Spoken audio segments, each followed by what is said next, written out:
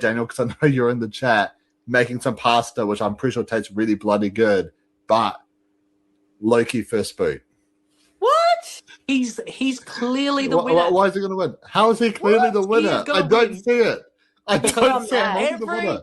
Every single week they're going to go, Pastor Dan's in trouble. Every single week. Pastor Dan's in trouble. Pastor Dan's never in trouble. Macedonian Jesus got Georgia second. What can the real Jesus do? First place. And that's what I say to you, haters. Daniel.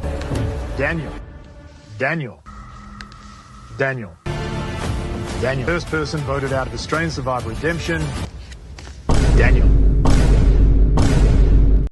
Well, let's see what fascinating pubescent treasures Chris has got hidden away. Ooh, Hustler magazine. I finally get to see what a vagina looks. Oh God! Oh my God! Oh my God! Tēnā koutou katoa, everyone, and welcome back to Mucky Hope Productions.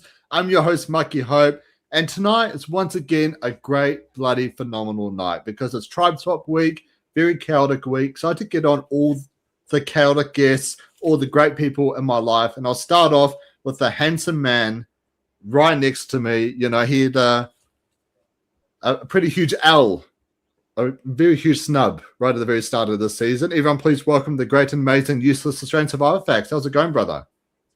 After that intro, see you later. No, you win some, you lose some. Daniel's let me down, but I never liked him anyway. That was a joke. That was a red herring. And my real Survivor winner will be oh no, they're voted out as well. I'll wait until next episode and then I'll tell you who I think's gonna win. Yeah, No, well, speaking of someone who's going to win, this special lady has always won my heart. You know, while she's a really great friend, a really great person, she is terrible at writing down notes for episodes. Everyone, please welcome the great and amazing. It is Michelle. How's it going, Michelle? Oh my God. I normally write more notes than you do. But yes, last Monday night was not beneficial, us being at a watch party, and I thought maybe we should write notes. You brought out 2 pens and a pad of paper out of nowhere, like and in your bag. Very strange. And then I wrote 2 words, which I thought was enough because they were the mega words of the episode. But then your pen spilt all over my hand, and I'm like, well, that's it for no writing. More ink on the hand than on the paper. It was pretty disappointing to see nonetheless. But speak of great disappointments, you know, most people when they grow up, they're like, you know, mum, dad, I want to be a pilot. I want to be a doctor. I want to be a lawyer. But this man woke up and said, I want to be a meme creator. Everyone, please welcome Australian Survivor Memes. How's it going? Thank you. It's good to be here. My parents do think I'm a bit of a disappointment, considering I've got my my big page and not really my big paycheck. So, that's yeah. Well, actually, I'm curious, Michelle. How many people have you got in your page or your group? 34K. And Brendan, how many followers do you have? 17 on Instagram and 11 on Facebook. That's good. Yeah, but not as good as Michelle though. So I don't have to suck up to you as much as Australian Survivor Memes, sadly. You know, I got to save all the sucking up for Michelle. Oh God. You don't have to suck up to me. What for? What am I going to be able to give you? Well, to pull in the views, to pull in the people, Michelle. You know, Jesus. But they always say you save the best for last. Everyone, please welcome our brother all the way over in South Africa. It is Clash Flow. Richard, how's it going, man? Yeah, I'm good. I'm enjoying the season. So fun. Lots of surprises that happened this week. Can't wait to talk about it. Yeah. And as always, we do have to welcome Brendan because Brendan and Australian Survivor Memes are 2 completely different people. Hi, Useless Michelle, Cashflow, Cashflow Rams, Rich, Survivor Memes viewers, and everyone else. Thank you so much, Brendan. And also Gabe, you mad dog. We lost fun characters this week, 100% agree. And I can't believe it was Don and Lyndall back-to-back from the edit. I thought one of them will make it pretty deep. Well, Australian Survivor Memes, I guess the floor is yours. What has been your thoughts on the season so far? It's been fun. It's been interesting, some of the takes which we'll get into later today. But no, overall, I'm having fun. Like I think I always approach the season these days as it's entertainment first. Like as the super fan, like yes, we all want to see the big moves and the crazy hectic tribals. But we're not going to get that each week.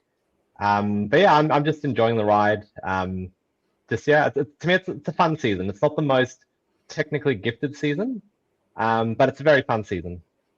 Yeah. Well, I mean, Richard, what I find so interesting, right? So I feel like, as Survivor Meme said, it's not the most gifted season, but I feel like each week has gotten way better than the previous week. I felt like the premiere week, it was all right, but it was kind of slow. The second week, had the dirtiest move apparently in Survivor history, but this week was just absolutely carnage. How have you been finding the season so far?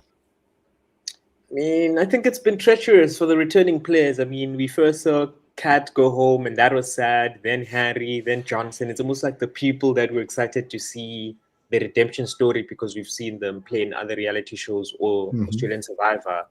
They just keep on going. I just hope Brooke and Mark just keep surviving because Simon looks like he's just gliding, all the way to the end. But yeah, it's been quite sad, especially for Harry. I really wanted to see him go far.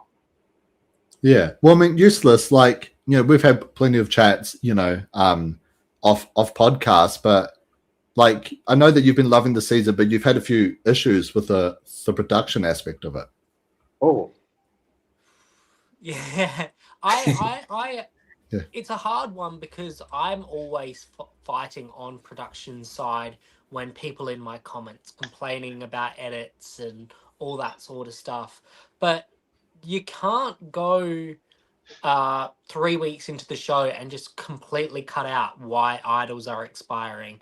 The challenges have been clearly cut so poorly that we've seen Tez's opening credit scene was not even put in the show. So it's just these things where it's like the editors just don't seem to be on the same page with the storytellers. So we'll get like, it'll say night 15 and then the next day, the next episode, it says day 14. They had this problem on Oz vs. World. So I think they just need to clean it up a bit. And I think they've got to give their audience a bit more of respect. This isn't maths. This isn't Australian Idol. This is Survivor. And you've got to think that the audience knows what they're watching. And I think they're trying to make it more dramatic and less about the gameplay. And if I wanted to see hands getting thrown at a dinner party, I would watch maths, but that's not what I want to watch. I want to see good challenges. I want to see good strategy, and the fact that like multiple alliances and stuff are just off screen, I think is just not a vibe. But in saying all that, I do think I think I'm liking this season more than what other people are, and I think it's because of the cast. I think this is a really 100%. Good cast, which I think people just haven't been able to see like a person to go for yet, which is what is letting it down for some other people. Yeah, I'll piggyback off that. My biggest gripe of the season, and I've been fairly private about my gripes, thinking I don't want to piss off production or future applications if they're watching. So my biggest gripe is this season, like every season you have your main character. You've got your Luke, you had Parvati last season, you've got your Shawnee type of characters, you've got whoever, George. This season, it seems to be centered around Mark. And I just don't enjoy watching Mark. There's so much focus on Mark's 6 alliances that he's got going on and nothing else. And we don't hear from his alliance's point of view, or we don't hear from people opposing him really. And I just don't think he's main character quality. Like there's potentially, I mean, I don't know half of the newbies. Potentially they're out there, but I feel like they're trying to push Mark and it's just not working from my perspective on just a main character front. Yeah, Michelle, what I find so interesting, because I 100% agree with you there, Brendan, where it's like Mark is like the main character of the season, right? Then also you kind of got Lottie a step down, and then everyone else has got kind of like a fairly even edit. Do you like that they've kind of gone one, maybe trying to push 2 main characters and everyone else even edit, or do you kind of miss the the 3 to 8 main characters we got each season. I don't like to have just some main characters and everyone else gets left by the wayside, because I don't think that's fair for them. But, they've got on the show. They should have, some sort of edit. I mean, where's Ben? Seriously. But you could see from, especially the watch party on Monday, you could see which relationships, were really strong and had formed. And you don't see that on the edit on the show. No, because I'd see people hugging and being so excited with being with each other. And I'm like, we don't even see that at all. Like, we haven't even seen the start of anything. Even if it happens after merge, we haven't seen anything start beginning. A lot of the survivors were saying, oh, that wasn't included, or I had an alliance with that person, that wasn't included. A lot isn't in part of the challenges, when there was like one-on-one. Some of the one-on-ones weren't even included. So you didn't see that someone had like won something. And that, that helps with their profile in the fans and everything. And you didn't even see that. So I think it's really sad that they're not including that sort of stuff, and they are focusing on Mark way too much. And I liked Mark in his original season, I think, because I didn't see him too much. And I thought, he's playing under the radar. He's a good player. But now I'm seeing him too much, and I don't need to see him this much. Yeah. Yeah. Well, I mean, I'm sure we'll get to Mark really soon as we kind of go through all the episodes. But one thing I do just want to quickly highlight, though, I 100% agree here with Gabe, where it's like the newbies are actually playing, and they're playing really hard, right? It's like, yes, while the edit's kind of showing the Mark show, I have a hot take. I don't think it's the Mark show. It's actually the Kelly show.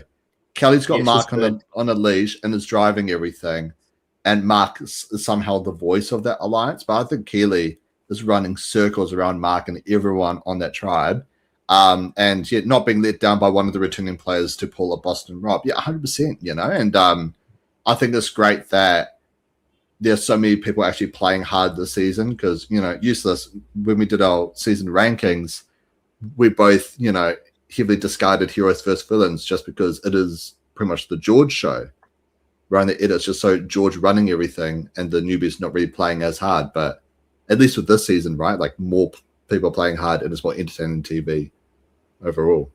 Well, I just think with heroes versus villains, it's the George show, but he doesn't make it to the end. So I think that, obviously we're only 9 episodes in, but if Mark finishes 4th or 5th, and it is Keely and Faith at the end, not saying they will, but we'll be like, oh, they were carried by Mark. And obviously we are seeing a little bit like sneak through. I think this is like the Spice Girls alliance, where they let Mark be the head, similar to George, where Shonny and Liz were in control.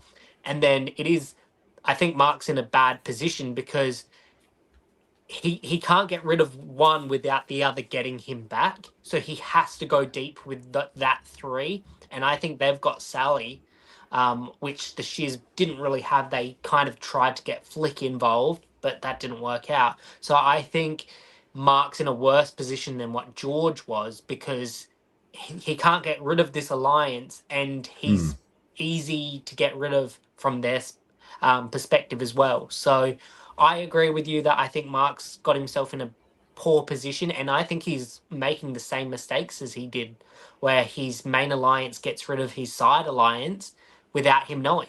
So there's no point of having all these relationships if you can't either keep them on the down low, or if you can't separate them, because Don goes out because they don't want Mark having control of the game.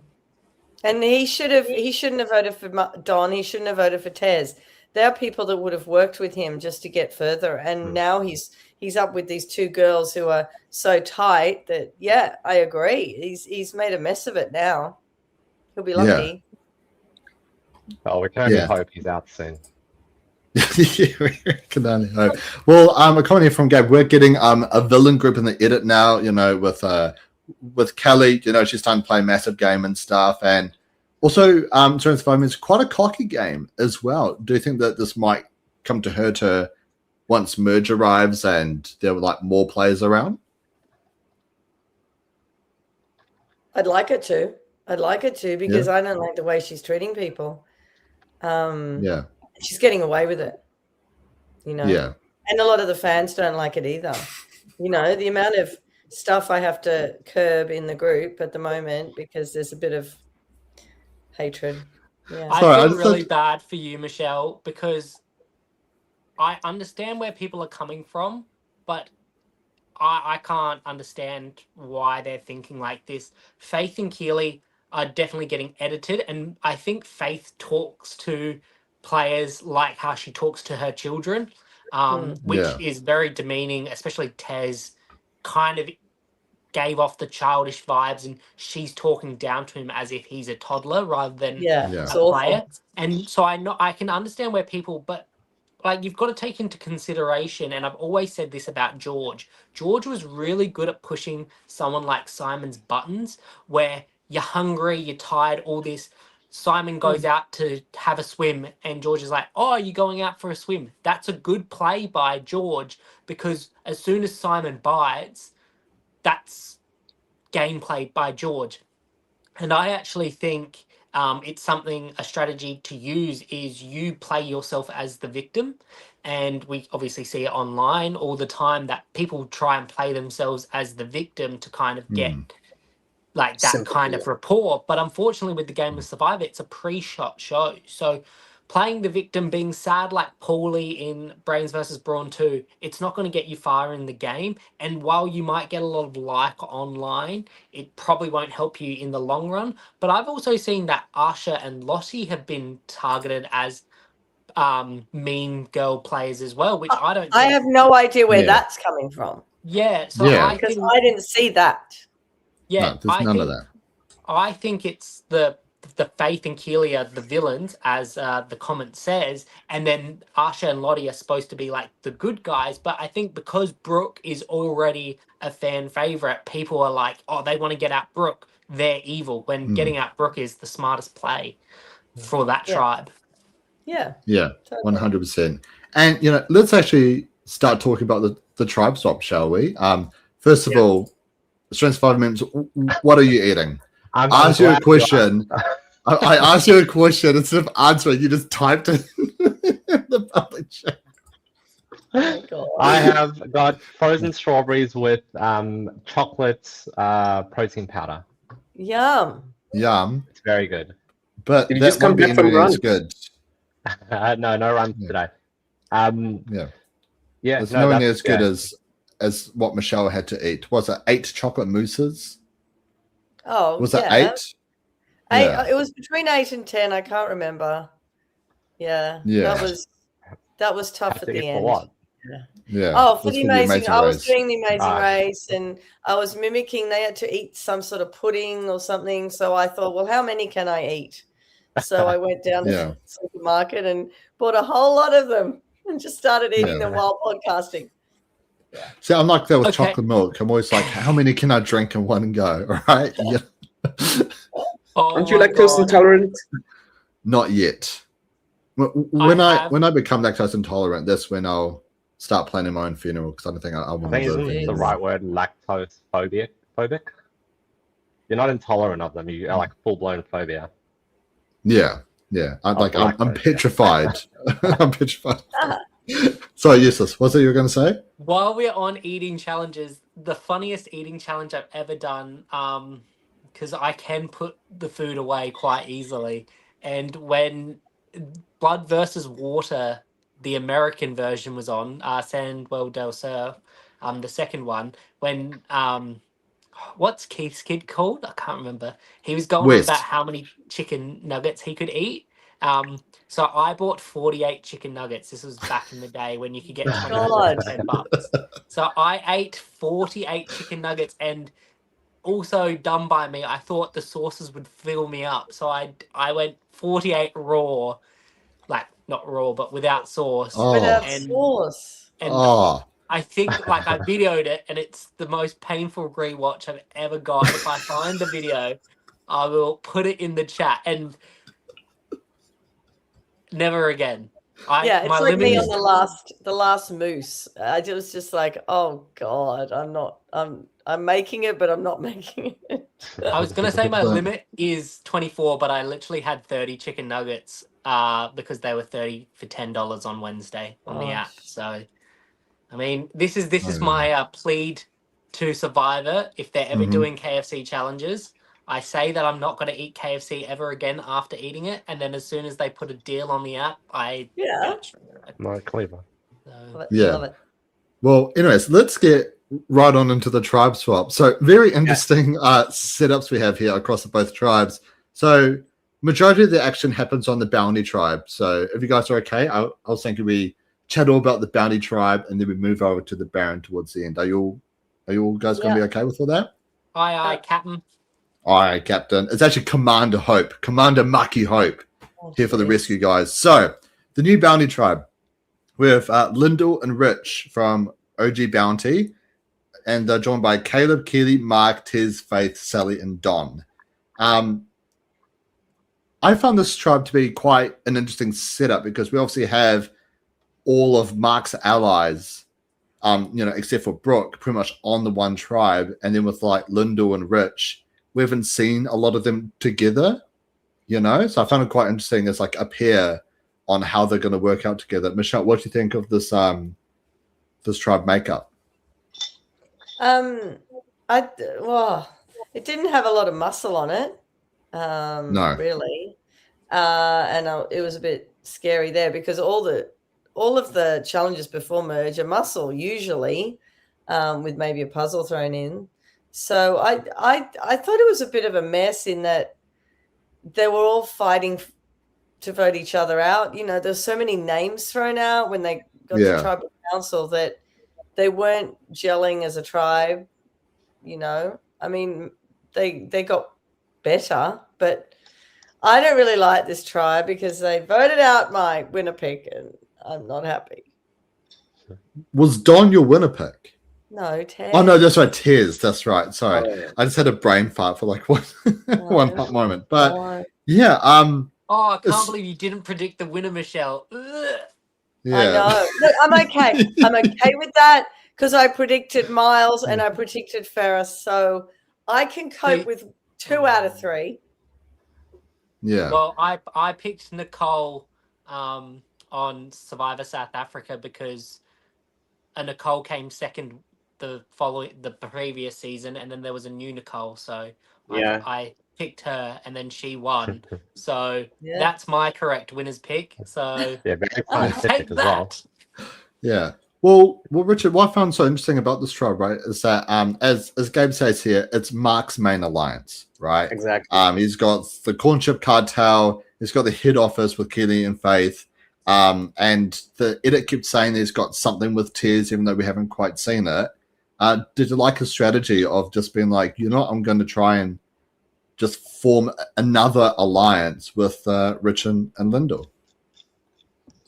I think, when I watch a lot of players that come back to play a second time, instead of just maybe keeping the same game and changing it up a bit, they often do something called overcorrecting. So when people felt like, I think Mark lost control of some aspects of the game, now he wants to have his finger in every part and wants to have the game in his full control. But unfortunately, if you have alliance members, they also have to have an opinion. And I think Mark often didn't do that. And that's why we're seeing people like Kelly, Faith now take their reins to do what they want, because Mark doesn't give them the platform because he just has that PTSD of losing control and having allies go. But he keeps on making too many alliances, and it often hurts him than help him at the end. Well, Michelle, what I found so interesting in terms of comparing Mark's games here is that in his first season, he had the Invisible Hand, the Middle-Aged Mafia, and the V's, right? And from what it looks like and sort of what I've heard even after Times vs. Rebels as well, he kind of left the Middle-Aged Mafia and spent all the time with the V's, right? Yes. And that's what fueled them to take a shot at Viola because they knew, Mark's no longer really with us. Yeah. And it kind of seemed like he was making the same mistake again, where it's like he's putting a lot of attention with Don, with Caleb, and he's trying a lot with like Rich and with Lyndall as well. And he's trying a lot with Tez. He's actively saving Tez as well whenever Keely and Faith want to target him. At what point do you just be like, I can get rid of one of my numbers here to keep my main alliance happy? I don't know why he thinks an alliance of 3 is the best thing to go with when there's more than half that on the tribe, more than double that. I don't see how he thinks it's going to work, because he's got all these single players floating around, whereas he could have a strong alliance. He could have had a good, strong alliance of 5, but he didn't go that way. I personally don't understand how he's not scared for his own safety. He seems very confident. Well, Survivor Memes, I wonder if that's a strategy in on itself, right? Where it's like, yes, you can have your main dominating group, or if you have all these different small pockets, they're kind of like a voting block where the common denominator is you, right? But I think Mark's... But if they all start talking to each other, you're totally stuck. Figure it out. Yeah, 100%. That's where I was going to go. Talking to another person. Oh, Mark said this to me. Mark said this to me. It totally gets messed up. You can't do that. It's like Survivor 50 this week. That was everyone just stop talking to each other, because you're making a mess of all of your games because you're talking to too many people. Don't spoil anything. I haven't seen the episode yet. Can I say something about that Survivor 50, Australian Survivor, and New Era? People don't like, it's a hot take, people don't like good Survivor players. They actually like messy Survivor players, because messy players make mistakes, they blow up the game, then everyone has to scramble. Whereas if you get 18 good Survivor players, no one makes mistakes. You get players like, I can't remember her name. She was on 49, and then she had a really good jury question, and they're like, well, why wasn't she playing like this during the game? Well, she was playing a good game. She didn't have loose lips, but it seems like you're not playing the game. But that is the game of Survivor, and it's hard for people that aren't huge. Like, if you're a casual viewer of Survivor, you see, George plays a huge move. You're like, wow, he's the best Survivor player in the world. Russell Hantz, best Survivor player in the world. They're not the best players, but they're the most entertaining players, and that's why they keep getting asked back and all that sort of stuff. And I think that's why people are sort of liking Mark this season, because he is very much like George, where he's just so confident in his gameplay that if you bullshit enough, people will eventually believe it. If Mark says in 100 confessionals, I'm the best player, I'm the best player, I'm the best player, people are going to start to think that he is the best player. And I think that that's his strategy. And it worked for someone like Miles. If Miles just kept on saying how good of a strategist he was, his strategy was crazy. It was all over the place. It was low-key a bad strategy. He was...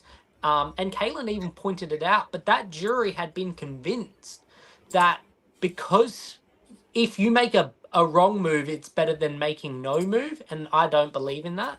But you're playing to the jury. You're not playing to anyone else. You're playing to the jury, and Miles did that. So I think it is a thing of these days where people will like a messy player over a good player any day of the week. Yeah. And I think one of Mark's greatest flaws, as Gabe brings up here, Faith and Kelly were never getting along with Don. I think Survivor Memes, if Mark found a way to, or even if he just cut ties with Don, let Don go, bringing a Caleb here, and really form a solid group, I think that way Mark probably does have a lot more control in what goes on in the tribe and stuff. And I think that was, again, I think that has been his weakness, is that he's perceived, he's talking up a game. Like, I'm pretty sure there were a bit of side chats here and there where he was telling people like, I can get Tez in on this, I can get this person in on this. I think he even, like with Johnson, like he had this, like, I think he just gave off this persona that he was the puppet master. What Faith and Keely did, which was really, really good, I thought, instead of voting Mark out, they voted out his number one ally and weakened him, but they knew that Mark at that point wasn't aligned with Richard and Lyndall, for example. Was it? No, Tez was the other one in the tribe. They got out Don, who wasn't going to work with them, and they gave a weakened Mark, who, being a smart player or a returning player, he would know, okay, well, I can't just go on this revenge tour. Like, now's the time I need to kind of like put my, like, beg for forgiveness, and I'm at the bottom of the totem pole for now. Hopefully he stays there. He might be trying to claw his way back up. But yeah, I think they did the right move by voting out Don, and I think his response is probably the best sort of response he could have done in that situation. Yeah. As Gay brings up here, I agree. Probably while we have talked quite a bit of shit about Mark so far, I do think that him not trying to flip the script onto Keely and Faith straight away, similar to what he did with Caroline Times vs Rebels, has been really good. I do think, unlike Times vs Rebels, he may have the numbers. Like, if he tried to rope in Tears and Caleb, it seemed like he's got a good relationship with Rich as well.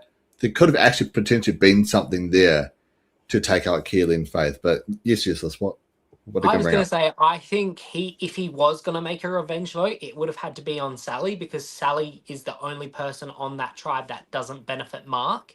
He can still use Keely and Faith. If he gets rid of Sally, that's kind of a, hey, we've taken a shot at each other, it's fine.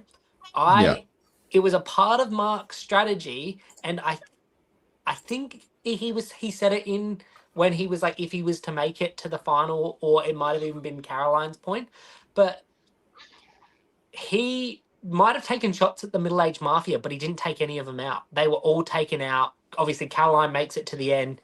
Eden's a blindside, and the Kitty vote was that weird one where Mark voted for someone, Caroline played an idol on Mark. It was a really weird tribal. So it's like, even though Mark had shots at the middle-aged mafia, sorry, Michelle, for boring you, but even though Mark had shots at the middle-aged mafia, he never actually took out that shot. And it's on the rewatch that I did, I thought Mark was a much better player live. And then when you go rewatch and you have all the information, he didn't. And I think that's going to happen this time as well, because you kind of believe in what he's saying because you trust the edit. But if he doesn't make it far, or he doesn't take out Faith or Keely, it's just all words. So that's what I've got to say about that comment. I think, that was a cough, by the way. I seem to have a cough. But anyway, I wanted to come back to just talking about Faith and Keely and the watch party, because at the watch party, most baby. Yeah, she doesn't like Mark. She's getting a bit upset. Oh no, gorgeous. So at the watch party, so the she looks quite similar to Mark. Oh God, without hair. So the 4 returnees weren't there, which is okay. You know, you don't expect them to be at a watch party. So Daniel was out first. He's not going to come to a watch party. Kat's in New Zealand, and Paula didn't end up coming, and neither did Keely and Faith, which I thought I might be too much into it. But they didn't come. I've heard a few whispers from people that they didn't like them. So, you know, what did they do? What have they done in this next few episodes? What do they do? Well, I do know that there was a watch party in Brisbane that Mark, Simon, I think Keely went there as well for the Tribe Swap episode as well. Not sure about Faith, but it was all just newbie players, which can say as well. Rich, I don't know if you're watching, but that watch party was spectacular. Loved every second of it. It was so cool having so many of the newbie players there and stuff, everyone sharing the experiences and stuff, and even some of the other returning players from other seasons as well. It's and then also having, I'm going to call him Ferras now, because that's how we're supposed to say his name. Ferras, yeah. Having Ferras there with Miles, they were both standing together. I thought it was a pretty epic thing when I looked over to my right and they're both standing together, and I thought, God, there's 2 winners. Yeah. And then, you know, Johnson, who treats everyone like they're his brother or sister. He's the friendliest guy. And then you've got Nash, who's just so friendly as well. It was beautiful. And Stevie hugs everybody. Love Sneaky Steve. So, I love Sneaky Steve. It was so good. Yeah, Such a good now watch Sneaky party. And I Steve is think- the GOAT, as we all know. Well, did Rich say that we'd raised, like, was there? He said an amount of money at the beginning. Did you Can I hear be that? perfectly honest, Michelle? Can I be Yeah, perfectly were you- honest? Were you drunk? After he told me to stand, hey guys, listen to this. He asked me to stand, right, as the podcaster, right, Mucky Hope Productions. And then once I sat back down, I just stopped listening. I'm sorry. I was just like, I had my moment. I felt so good. so I wasn't really paying attention. If I'm being I'm pretty perfectly sure he honest, said like 5,000. yeah, it was quite a lot. Yeah. So Yeah, it was a lot. Yeah. Yeah, and it's such an epic night as well. The beers were great as well. Useless, I know how much you love a good drink. The beers were pretty spot on as well. And yeah, and the cast is just great as well. Not the other cast here to play hard, but also here to have fun. And it seems like a lot of the cast this season are actually like somewhat fans of the show as well. Some obviously more than others, but people are at least aware of the game they're playing this time. Whereas in the past, obviously, Australian Survivor hasn't casted a lot of fans. So I think it's great that more fans are getting more opportunities to play on the show. And who knows, maybe the four of us will be out there together. How crazy. Please. If we were on the same tribe See together. who can eat the most moose. Oh God. Yeah, no, that'll be a nightmare and a half. I can't. Michelle would control quit you, day Mucky. one. This is the problem. Yeah, no. If Alliance, I know you're just like this wild thing that I can't control, and I'd be like, Yeah. So what you're saying Because is it Michelle took- voting out Mucky first. yeah, Yeah. No, you can't vote out the 6'5" bloke first. Exactly. That's awesome. No, honestly, to kind of back up Michelle's point here, for maybe like 45 minutes to half an hour, Michelle's like, Mucky, I'll drop you off at your hotel. Whose photo do you need to get? It's like, all right, I'll get these people. But then I went off and had a drink with Eliza, and then I was chatting with some people, and then I got back to Michelle. I was like, oh, sorry, I haven't taken a single photo with anyone yet. Sorry. yeah, and I went, what? You were gone so long? And then I followed him, and I said, right, She who did. do we need? Yeah, she started pulling people off their seats. Michelle, Yeah, you're the mum of the tribe. she is the mum of the tribe. Organise us all. Oh, Yeah. God. Yeah, she'd be Anyway, like, have we Mucky, got to vote? help him back to the fire. We haven't even talked about the vote yet. All right, But- let's quickly talk about the Oh. vote. So Wait, Keely wait. comes up. Okay. So Keely comes up, right, with Planet Tribal that we have to take out Don, because they kind of caught on that Don, so Sally tells Don that, like, hey, this maybe work on something against Mark. He snitches to Mark about it. And as saying goes, snitches get stitches. And unfortunately, we get Don here going out in an epic blindside by Kelly. What do you think of the move, Michelle? I think it was inevitable. I think he was just an easy person to vote off, and an easy vote in that everyone would say, okay, there wasn't too much stress. Because the other guys didn't seem to want to form this alliance. I don't know. It's frustrating. Keely and Faith don't really have anyone standing in front of them right now. Yeah. Which I think it just means it was even more of a greater move. They took out Don, weakened Mark, and they secured Mark into their trio, right? And they're running the shots. And I thought it was a great move. But Survivor Memes, I was sad to lose Don here. I love a good character. Not everyone needs to be a strap bot genius and stuff. And he just wanted to make the best shelter. Yeah, no, and a great shelter he did. He was in terms of like gameplay, like this is going back to what I was saying right at the start. Like I'm having fun. Like I'm enjoying the season just from a fun perspective. Like Don's a great character. Like he ruffled a few feathers. He was, well, allegedly he was a challenge beast. We only saw him really get to shine once. But in terms of strategy, he was a very one-dimensional player. Like he was the complete opposite of Matt Rogers. So it's like bringing up Matt Rogers actually probably maybe helped his perception that he's a better player than he is. But he seemed, very one-dimensional. The fact that he was told about this plan to vote out Mark, and then it's literally the same the same shot. He then tells Mark, like, he didn't even stop and think, let me just like, what can I do with this information? How can I use it to my advantage? Like, he just went up to Mark and he's like, yeah, Mark, you deal with it. Like, I'm here to make sure that the shelter is up to code, and you do the rest. Like, so in terms of that, it wasn't, it was inevitable he was going to leave. Had we been at, say, final 8, he might have been like viewed as the GOAT, and they might have been like, no, let's keep Don. He's useless. We know what he's going to do. Like, let's just keep him along for the ride. He's not a threat. But this stage in the game, I think it's more important that they weakened Mark when they realized who they were dealing with, and then that way they could also they could keep Mark on side as well, like force him into a position where he would have to just be on their whip, on their leash. He did say at the watch party that if he did it again, he realized that he spent way too much time on the shelter, and that he would have done fixed his social game, and that's probably where he went down in, the whole strategy sphere.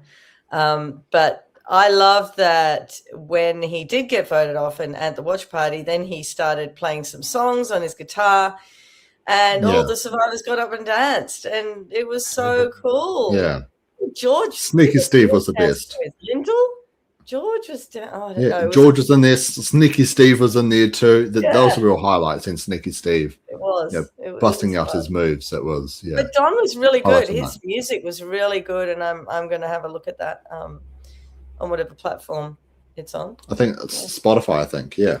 Okay. Yeah. No, he's like he just released a song on Spotify, I think, and it's about like his time playing Survivor and stuff. So make sure you'll check that out. I haven't listened to it, but if it's anything like the live performance, and he said this seems apt. This is apt for my survivors, and so he played that. I must have played that song, and a lot of them knew the words when they were dancing. Yeah. Wow. So they were spoiled on the song. Wow. Heartbreaking. What a spoilery person. Just like Australian Survivor memes, all he likes to do is just post memes that spoil the show. Even before it's aired, I can spoil it. Like, that's my specialty. Yeah, exactly. But let's move on. So the Bounding Tribe goes to Tribal again, but just before they do go to Tribal, Useless, Rich comes up with a plan, right? He's going to try and get the other tribe to start throwing challenges. So it gets Mark to wear his hat, his suit and stuff, and they really take it personally, because on that same day, I think Sally's wearing like Paula's shoes, like Caleb is dressed up as Harry, and it's like making fun of Harry as well. Did you think that this would spark a reaction as huge as what it actually did? Well, I've got two perspectives on this. Because the tribes were completely swapped, so it's like 7 Barons go to Bounty, 6 Bounty go to Baron. There was a 6.91% chance of that happening, by the way. Yeah. Thank you for Australian Survivor Facts. No. I love your work. Yeah. I dip into the memes every now and again, so if you come up with some useless facts, I'll also allow it. But I think it was like kind of an act of war, and you got your players like Jackson, who kind of was close to Harry, they were kind of in an alliance, and Caleb was the one that came to that tribal and said, you have to take out the big players. When Caleb, you're playing with Mark, you're not taking out the big players. You're not taking out the returning players. You were apparently sucking up to the likes of Mark and Brooke. So I can see it as like kind of that act of war. And then they saying it's all fun. But remember, I think Rich was in on this. Like, he was like, yeah, you can it was his idea. Wear my hat, all this sort of stuff. And I think it's backfired majorly on Rich, because as you said, it was Keely and Faith. And again, I know they're not going to be liked for this, but this is such good gameplay by them. They're just like, Rich has way more connections than led on. And it's who he was talking to as well. Like, that's such good gameplay by Faith and Keely to pick up that it's not like he's talking to people on the bottom. He's talking to Arsha, who's seen as the leader and Arsha's looking to protect him. Simon's looking to protect him. So I understand where he was coming from. It's not the first time that they've thrown challenges and all that sort of stuff. And I'm glad that the new Baron didn't throw these challenges. I think that's never a good idea in Survivor. But yeah, I think Rich has actually made himself more dangerous. And whether or not they were always going to want to take out Lyndall or Rich in the next vote, that's why I think it was so important they did do that on the second vote. Because if they took out Tez on that vote, that means like the duo becomes really important, because it's either Mark and Caleb they could have sided with, that duo, or they could have sided with Keely and Faith to make a 4. Yeah. So I think it was really smart by everyone involved to get rid of one of those two. And this is why it's so disappointing that they take out the edit of the idol not being still in play, because they have the idol next to her name, so we still think it's in play.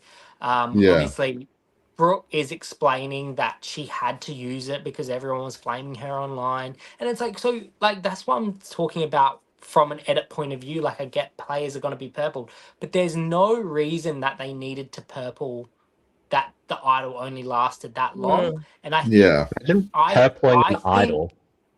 Yeah. Not the character. The idol is got a purple edit. Yeah. Yeah. Like legit. And I think it's like, first of all, I'm not one of these people that's against the US Survivor versus Australia Survivor, but I think, first of all, the name, it's very Australian Survivor, but the boomerang idol is a much better idea of, you give the idol to someone, they don't know that if they're voted out with it, it goes back to you. Yeah. But I think they're obsessed with recreating big moments. I said in Titans vs Rebels, that whole individual challenge and then you get a single vote kind of thing, that was to kind of recreate the George Fraser vote.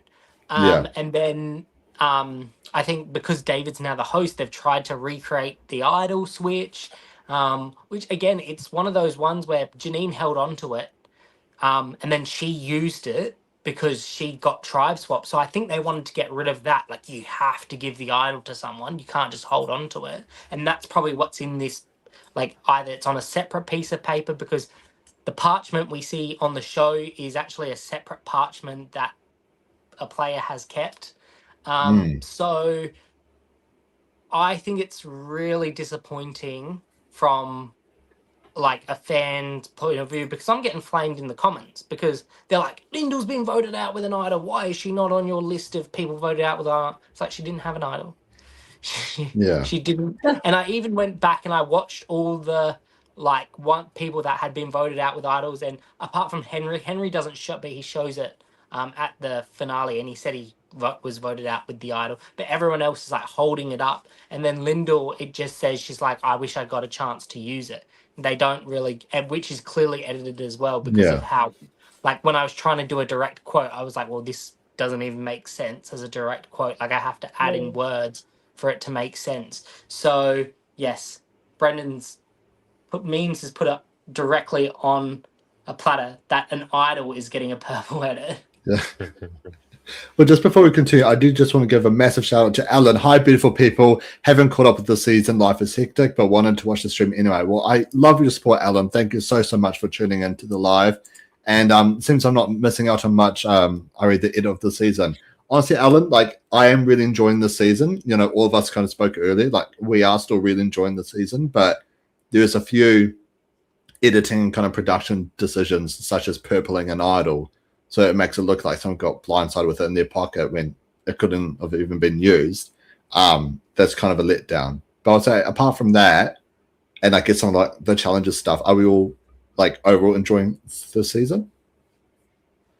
Yeah, I love the challenges. I think they're really good.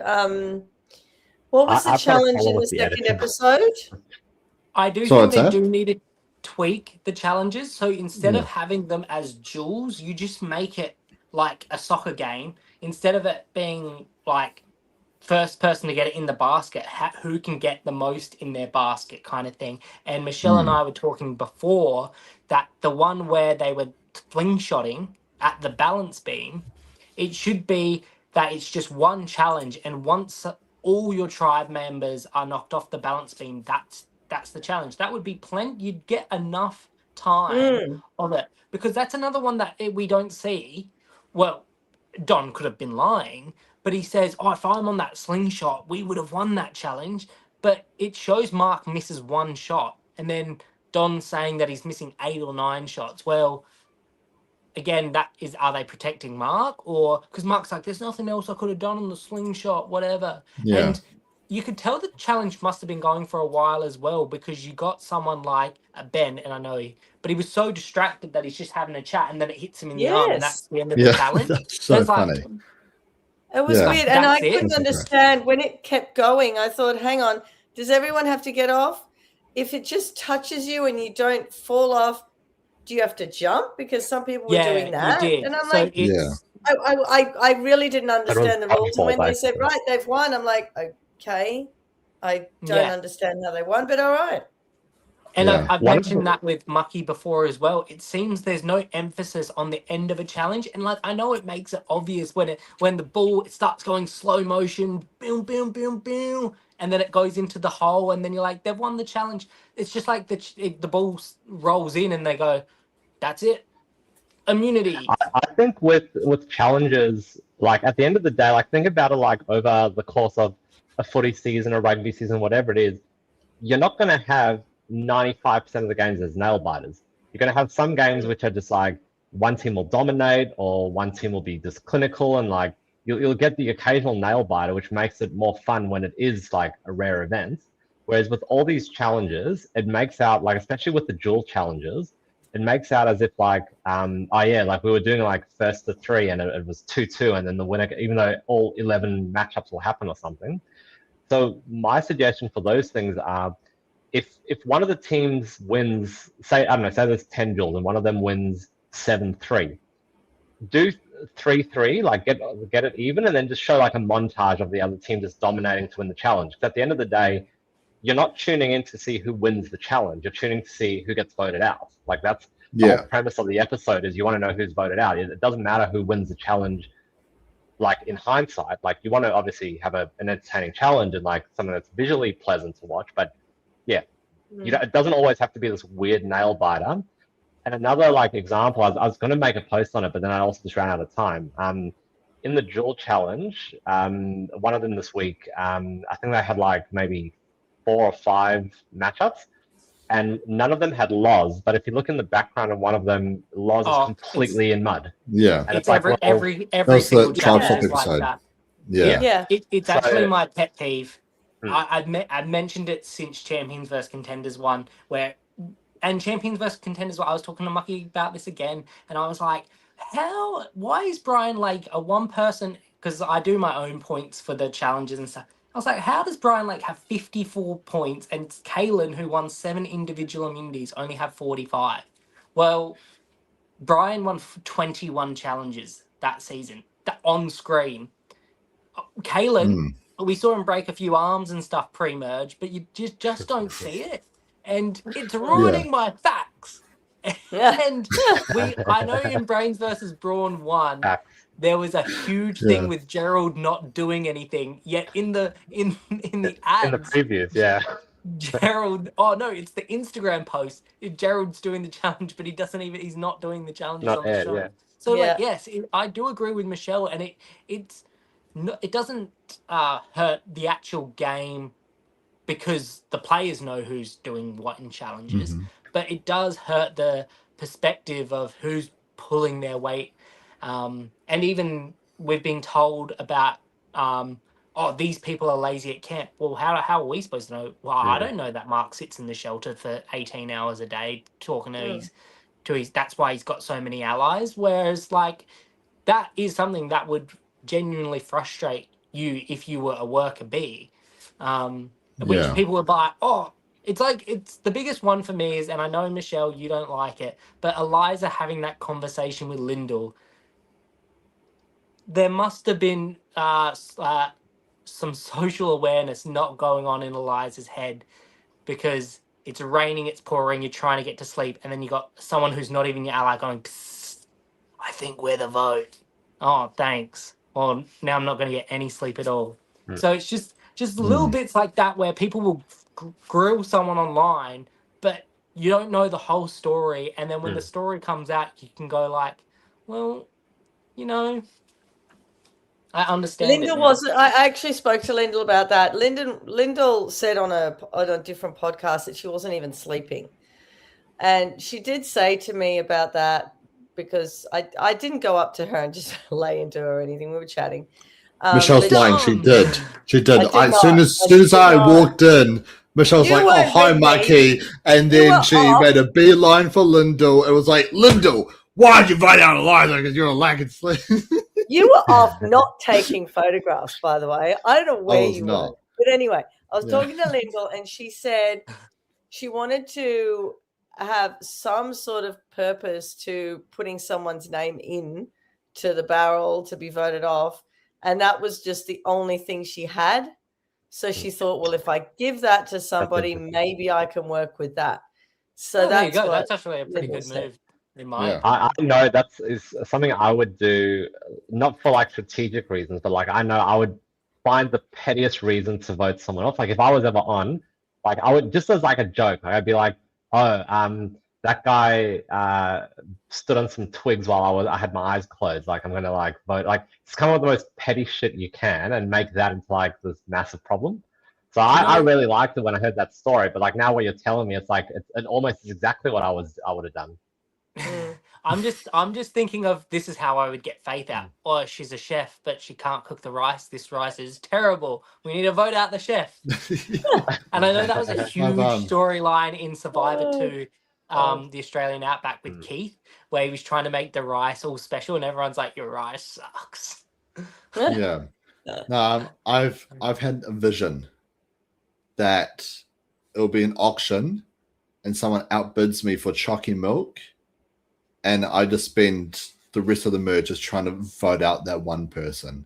Just but because it'll be like Simon trying to get out George. It'll be like the entire season. It will be the entire season dark. Yeah, chucking milk. Yeah, this is Mucky. This is Mucky. He's like, your milk is expired, and so is your game. See you in hell. I hope you're lactose intolerant. I hope you Christian yourself.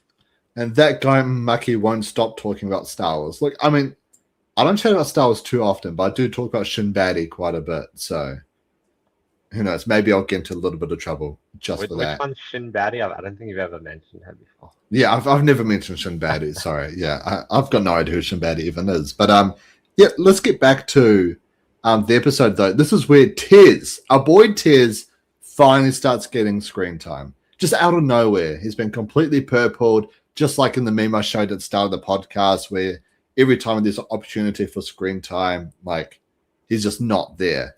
And Michelle, I kind of feel like he was done pretty dirty, I would say. You know, like episode 2 or 3 of the week.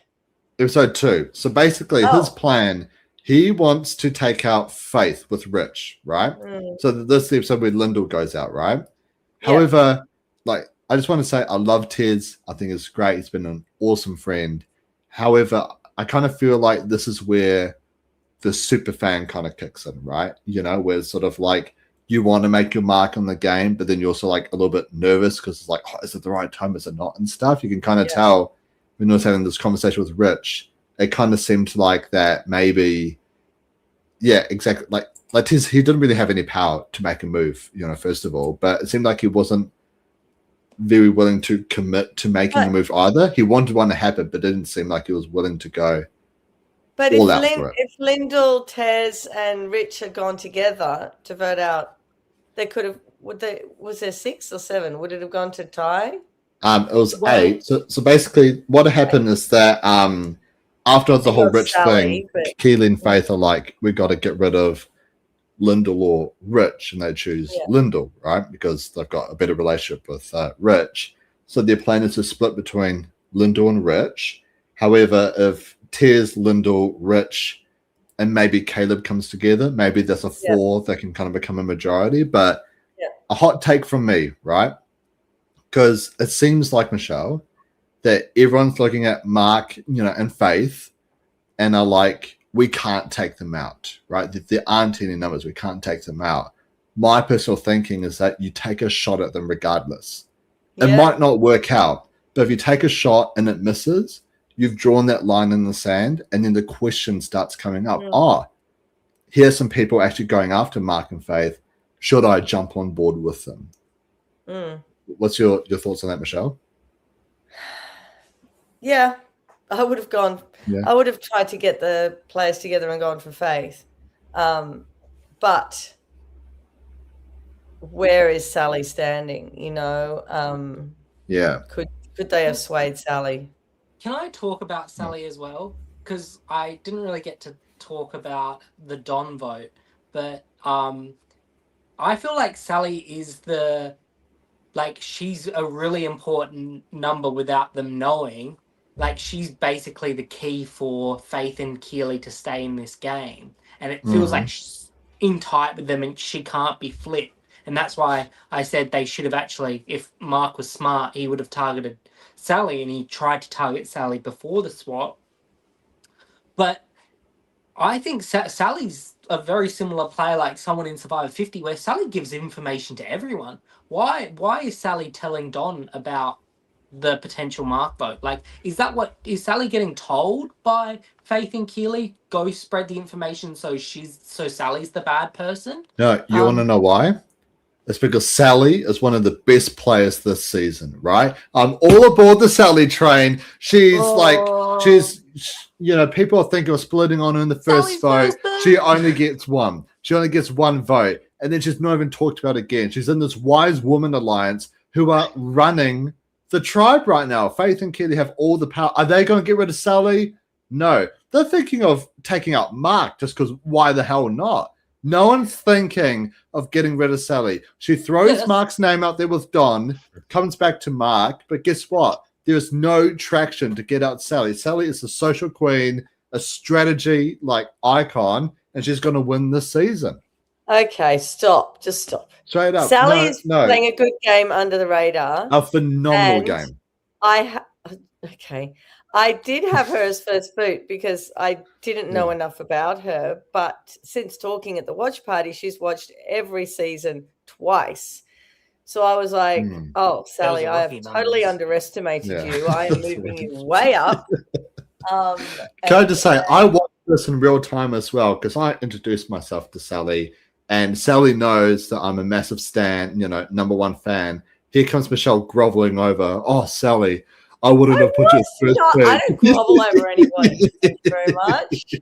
Jesus.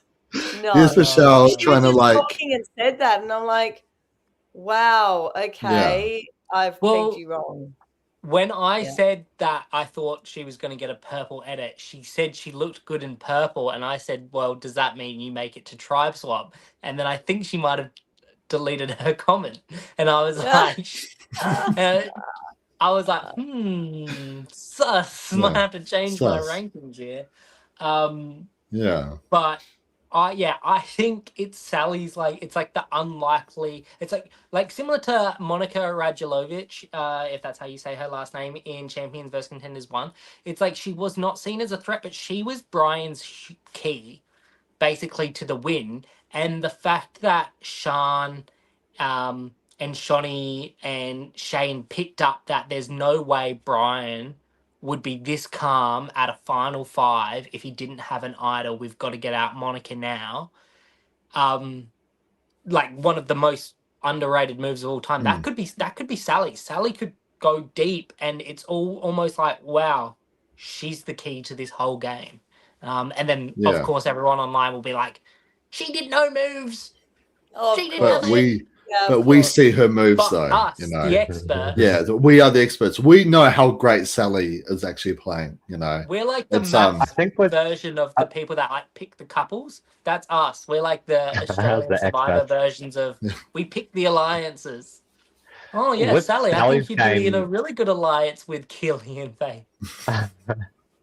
With Sally's game, I think when you picture a totem pole or the ladder of who's above who and who's calling the shots and everything, there's two dimensions to look at it. So you can look at it who's on top and beneath them, but you can also then look at who's in front and behind them. So the people at the front, the Marks, the Faiths, they'll be the meat shields almost, because they're viewed as the big time players. So Sally is hidden behind them and Keely. But then also on the ladder, like climbing up, like she's also like in the middle, like she's positioning herself to make a very deep run. Whether or not that's going to translate to big moves that are going to be viewed by the jury as she was just kind of like hiding and under the radar, which generally speaking, like we were saying before, these days they don't like, may work against her. But I think from watching her game and what I'm looking at and how I'm viewing it is that, yeah, she's kind of behind everything, but she's just kind of like, yeah, in the right spots just to not be a threat, but to also be included in the main alliances. But then you guys just triggered me when you said 3 wise women and all the alliance names. It's like alliance names are like Michelle and her mousse, her chocolate mousse. Like everyone gets 8. Like it's yeah, there are way too many alliance names. What? So we've got the head office, the corn chip cartel. We've got I think this thing actually does happen a lot more than usual, like from the air. So like it happens a lot more than what actually gets aired normally. And I think this season, for some reason, the marketing's weird, the editing's weird, and they're showing all these all these group names. Like Beauty and the Beast mentioned something.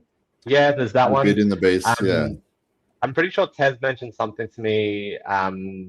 About him and someone else having like an alliance name, and I'm like, seriously, like everyone I think just pairs up and groups up and makes these weird alliance, but they don't make the edit. Yeah. So. See, what would be really funny? Sorry, I'll quick say this. What would be really funny, right? It's like we should have an alliance name that's not an alliance name. It's like with the Instagram page. Great advice for shitty people. It's like, all right, useless. We are alliance number 6. I actually and like number 6. Well, I'm glad I didn't make it because I didn't realize we'd be Michelle was here, and I would have felt like a real meanie not including her. But when all these alliance names were coming up, I was like, wow, for this episode, I should say the Useless Mucky Memes Alliance is going to be doing a podcast together. Well, and the acronym is No, you could have called it the Useless Mucky Memes Fans. Exactly. Let's not forget that great photo. Michelle. It can be just the Useless Mucky Michelle memes. And the acronym is It's that's worse. No. I reckon that's a great name. You guys have an awesome duo name, Mucky and Michelle. You could be the M&Ms. We are the M&Ms. Yes. Who's going to be the green M&M though? That's yeah. Well, all I gotta say, guys, let's not forget this very iconic photo here. The representing Australia. But yeah. So, but Michelle, we do have a moment here, which once again going back to the whole Mean Girls kind of stuff, where Keely goes up to Tez and says, "Just for now, just keep your vote on Caleb. However, I will tell you who we're actually going to vote for at Tribal."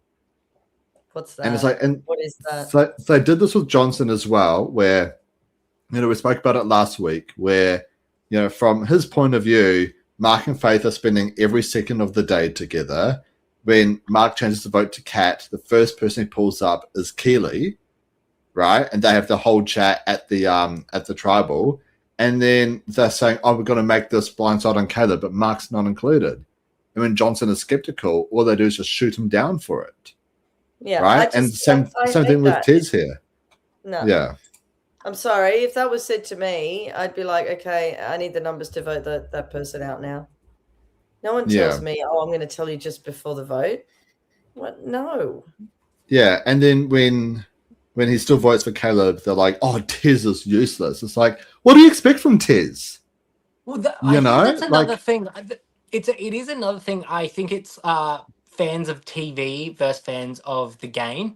I feel like Tez is a fan of the game. Like he would have you make the plans and then it comes all together. But fans of the TV show, they're like, "Oh yeah, live tribals." Like live tribals are crazy. And even I can't even remember who it was, but when you get people at tribal council saying, I don't know who I'm voting for yet, that would be my biggest red flag in an alliance member if it was true. And we know people have changed their vote, and I know they've crossed out the name and they've written another name, and it's like, I'd have to get rid of him. And the reason I understand why people like Tez as a person, but as a player, I think he had to be the vote instead of Don, only because of the challenge thing. It's the whole Tez is literally providing us with nothing at the moment.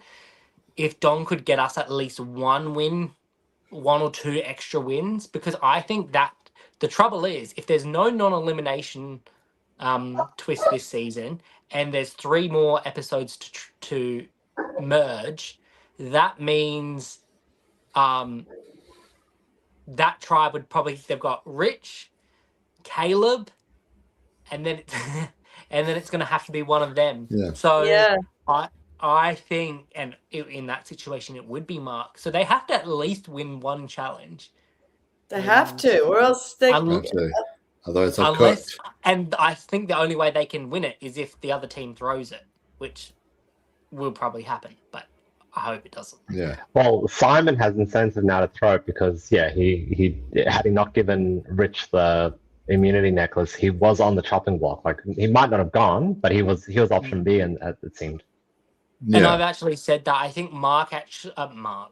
Simon actually gained his respect a little bit back from Lottie. If he didn't give that necklace to Rich, Lottie and Asha are against Simon, not knowing that he's got a 5-person alliance with Brooke and stuff. But then it is one of those things with Faith. Like, people were saying, why is she doing this? Well, what if Tez played an idol? Guess who's going home? It's Caleb. Exactly. Well, you'd hope. I mean, they'd probably still vote for Caleb, to be fair. But just before we do move on too much into that vote, final thoughts on Lyndall. I'll start with you, Survivor Memes. Final thoughts on Lyndall. To me, the whole purple idol kind of ruined like her story. Because I feel like she would have had so much potential. Especially would she have played the idol that night? Possibly. Like, I'd be thinking, like, if I'm bottom 2, it's a crazy tribal, I don't know what's going on, it seems very hectic, let me just play this idol and get rid of it. And she could have then positioned herself to do something longer term in the game. It kind of just feels like her story was about the idol, which then became a non-story. So it's I wish we got to see more of her, and maybe that's my thoughts on it. It's like, it's not her fault, but I was disappointed. And how about you, Michelle? Obviously, it had a rocky start, but towards the end, it seems like you found your redemption with Lyndall. You know, with the whole like Eliza thing. What was your whole final thoughts on Lyndall? Which was gone. I felt sorry for Tez that Lyndall had gone, because I thought Tez needs Lyndall. Now he's sort of done for. I was feeling sad, that way. And as Gab says here, Lyndall was another great character, not self-aware of her position in the game. And when other players tried helping her, she threw them under the bus. Look at her edit. Someone with it usually goes deep. I mean, Useless, weren't you saying that she's one of like the top pre-merge characters in terms of like confessionals and stuff? Not confessional wise. I was going through the stats because Mark has 49 already. Phoebe in the first season, she had 86 confessionals and she was a pre-merge boot. AK had 76. So obviously it's gotten less, but Sandra finishes 19th, has over 50 confessionals. So but the way this season has gone, obviously Lyndall had the 3rd most this season, she's gone. Harry had the 2nd most, she's gone. So I can understand, but she actually, for how little time she had in the game, she actually got a lot. She got an idol, she swapped an idol, she won an individual immunity. She actually had 4 correct votes, which some people haven't even gone to Tribal Council 4 times yet. So it's like a compact game, like, and especially in like New Era 26 Day Survivor. I mean, what she plays 16 days. So like, if you just looked at her stats on paper, like she voted out 4 players, found an idol, and she won an individual immunity challenge, you would think she's a much bigger character. But I think she gets a lot done in a short amount of time. But her, as I said, the edit makes her look very socially unaware, and even the vote where she wins individual immunity, Harry's like, oh, I think you would have had to use your idol, and she's like, nah, I wouldn't have. So yeah. I like Lyndall. I gave her Player of the Week in week 1, which I got flamed for. Then she gets voted out in week 3, and people are like, I told you. Oh, come on, please. So I like Lyndall as a character. If there was a pre-merge versus post-merge season, I think she would be one of the people they would want to call up. Yeah. And, well, just to quickly move on here, Survivor Memes. We've got a redemption twist, you could say. They had it in Australia vs. the World. I believe a lot of us didn't really like it that much, where you had to draw rocks to make, a fire. The loser stays, vote someone out, the winner gets to go back to camp. But did you like this with this twist? Same thing, except you got to choose your champion for the fire. With these sorts of tribals, I feel like it's a bit of a waste to still send one tribe down there if you're just going to end up being a one tribe vote. I reckon you want to have a double tribal, that's fine. I enjoy when you twist make those sorts of changes and put those twists in. It just always feels like it's never enough to just be like, okay, cool, we're going to have a 16-person tribal, or how many people are left. And it's going to be complete and utter chaos, which is, I think that's still great TV. I mean, in hindsight, it worked out well in the sense that Simon gave up his immunity necklace because just a new facet to the game that hadn't been thought of before.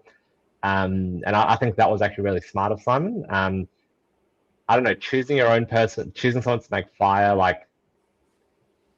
I don't know. It's well, just have an immunity challenge to begin with properly, and then have an individual aspect to it. I don't know, maybe do that heroes versus villains twist where in the American one where they both went to tribal, but one went first, and then they got, as their reward for winning the challenge, was they got to watch the other tribal and eat. I don't know. I don't know. I didn't like it. I liked the result and the drama, but I didn't like that aspect of the twist. Yeah, well, Useless, we were chatting about it just before we'd gone live, but we were hoping actually that this would have been Australia's first joint tribal council, right? And can you imagine how awesome this would have been for Tez, who's so firmly on the bottom? But what if he has the deciding vote to take out a Mark or a Keeley in this game? Useless. Okay, so I'm going to keep the fire challenge, but what I'm going to actually do is all 16 players vote into one urn. The 2 players with the most votes do the fire challenge. The loser goes home. And that way, you've still got the tribal crossing line. So it's not if you could have 2 people from the same tribe get the most votes and they have to do the fire challenge.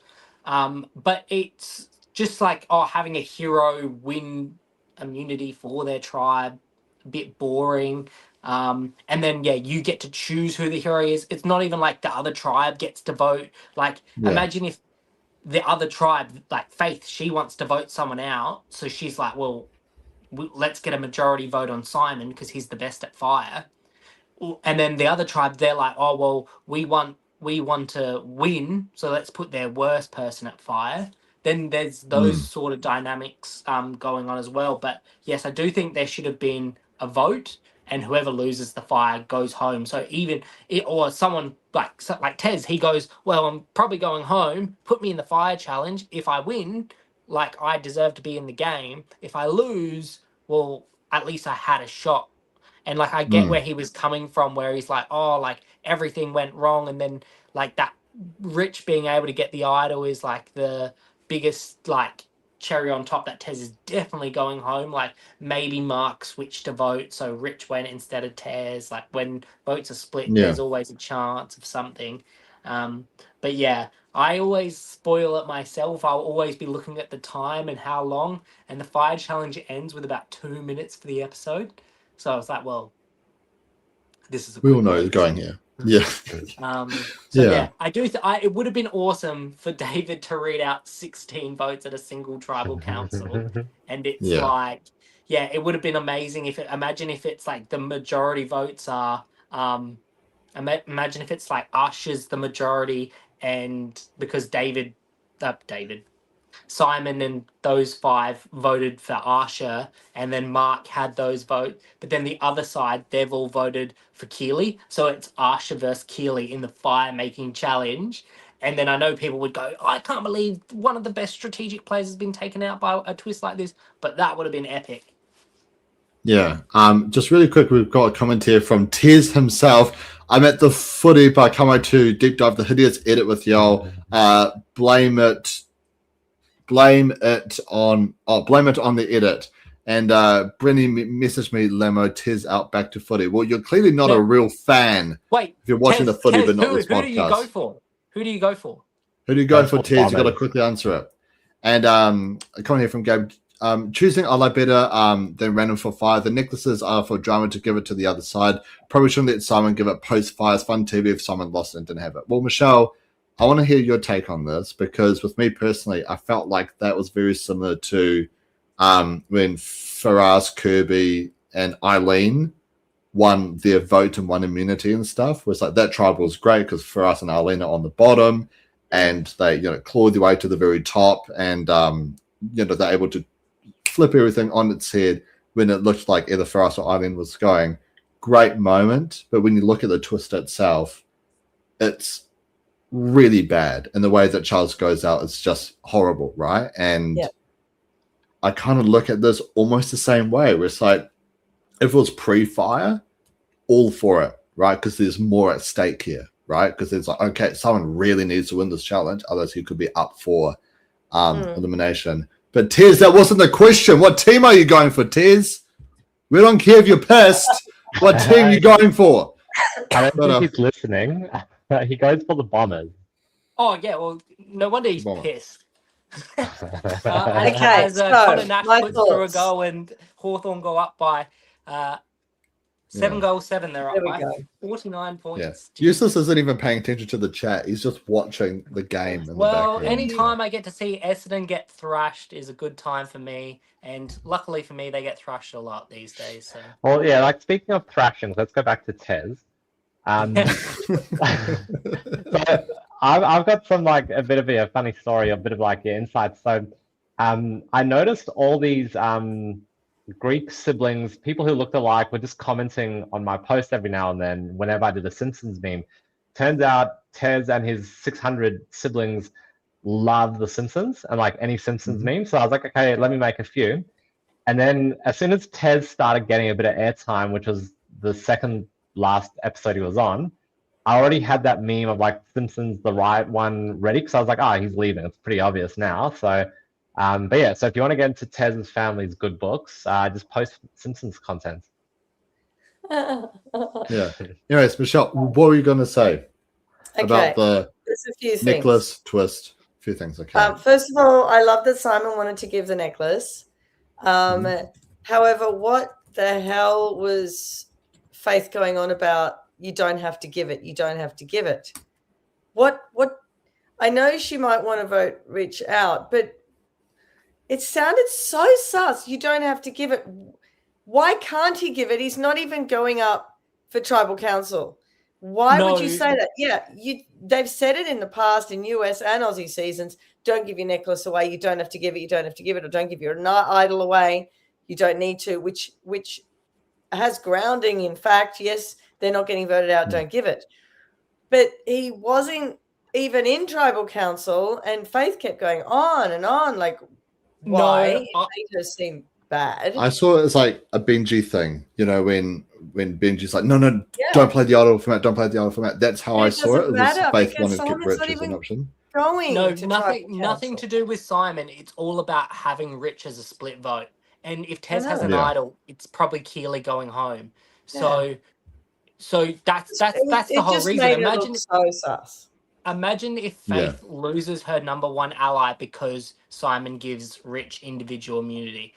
That is it, and also it is a trust builder. If Simon keeps the necklace and Rich doesn't go home, Faith is basically saying we've got you.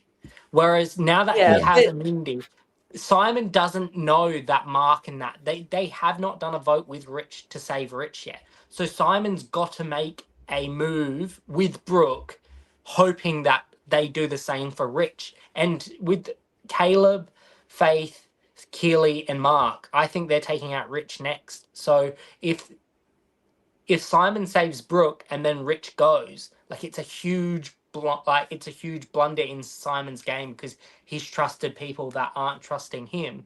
The only advantage of Simon is Faith and Keely and Mark are going to be in the minority come merge no matter how it goes, in my opinion. Because I think it's going to be Ben and Brooke are probably the two that go if the other tribes go to tribal council. And unfortunately, Ben, we've got 15 players left, and we know Ben's always finished 14th. So,